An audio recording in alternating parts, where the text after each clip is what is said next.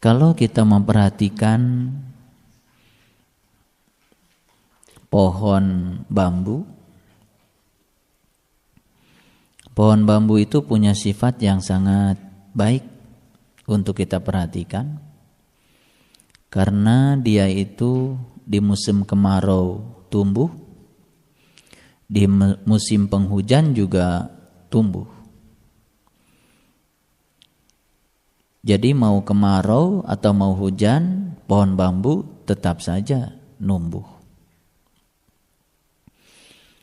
Belajar dari kearifan yang ditunjukkan oleh pohon bambu, sebaiknya kita jauh lebih hebat ya dari pohon bambu.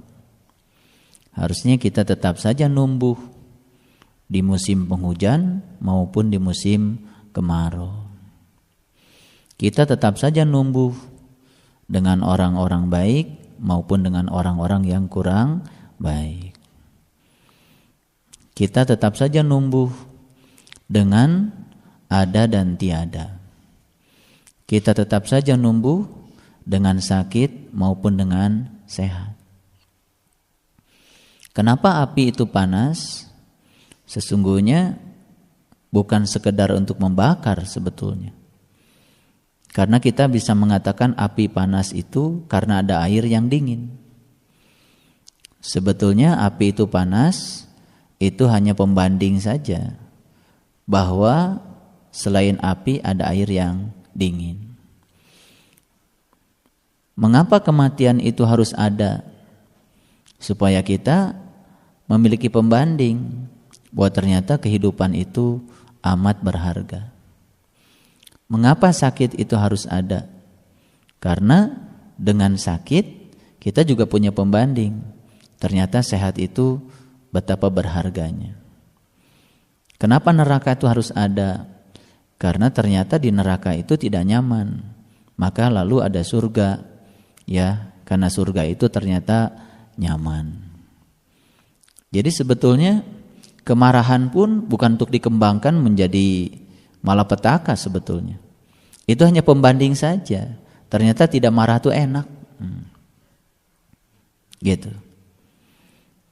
Jadi orang-orang yang tidak baik pun memang harus ada sebagai pembanding saja.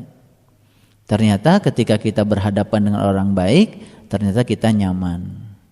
Lalu kita pun berupaya untuk menjadi lebih baik. Dalam hidup itu sebetulnya tidak ada hukuman. Ya, jadi kalau kita belajar agama lalu sering mendengar hukuman, dalam hidup itu sebenarnya nggak ada hukuman kalau menurut saya. Karena dalam hidup itu yang ada cuma peringatan untuk membuat kita lebih baik. Jadi semua peringatan itu anggap saja sebagai bel kesadaran untuk membuat kita menjadi sangat lebih sadar. Gitu. Jadi ketika kita baru minum setelah kita haus, berarti kan ada bel kesadaran, ada yang berbunyi dalam diri kita, memperingatkan kepada kita bahwa keadaan darurat di tubuh kita sudah terjadi. Sebentar lagi mungkin dehidrasi, maka lalu bel itu berbunyi. Makanya oleh karena itu ya tidak baik ya kita baru minum setelah kita merasa haus. Berarti sudah ada sel-sel dalam tubuh kita yang sudah rusak.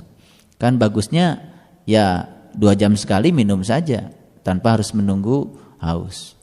Jadi kalau kita itu makan karena perut kita sudah bunyi belnya, berarti sudah ada yang rusak sebetulnya. Sel di dalam tubuh kita sudah ada yang rusak. Begitu ada yang rusak kan belnya berbunyi. Gitu. Harusnya kan tidak usah menunggu ada yang rusak dulu. Ya jamnya makan ya makan saja. Jadi Nabi Muhammad itu visioner ya. Makanlah sebelum lapar dan berhenti makan sebelum kenyang. Gitu. Nah biasanya kan kita baru setelah kenyang, nah belnya baru bunyi. Lalu belnya kan timbul, gitu kan, itu baru bunyi. Itu sudah rusak sebetulnya, sudah rusak. Jadi ketika itu sudah teriak, itu artinya sudah ada yang rusak. Nah itulah barangkali ketidaksadaran kita itu sering membiarkan sesuatu rusak dulu baru berbunyi. Ya sama dalam kehidupan seperti itu, kalau sudah parah baru diadakan upaya perbaikan, kan gitu.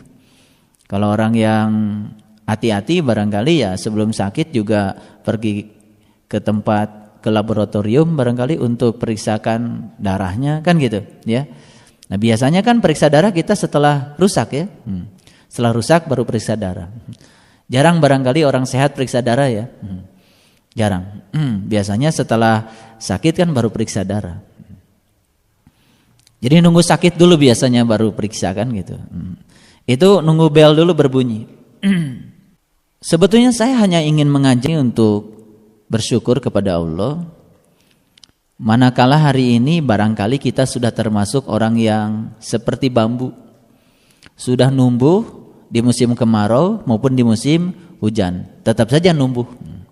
Ada orang yang memuji tumbuh, ada orang yang menghina juga tetap tumbuh kebaikannya. Kebaikannya. Itu. Jadi artinya kita sudah tidak bergantung lagi pada situasi di luar diri kita, tetap saja tumbuh. Nah, terhadap sahabat-sahabat, ayahanda, ibunda yang sudah bisa tumbuh di segala situasi, mari kita bersyukur kepada Allah karena ini hadiah yang luar biasa dari Allah yang barangkali jumlahnya orang yang sudah mencapai tingkatan ini juga tidak banyak. Semoga kita termasuk yang ada di dalamnya.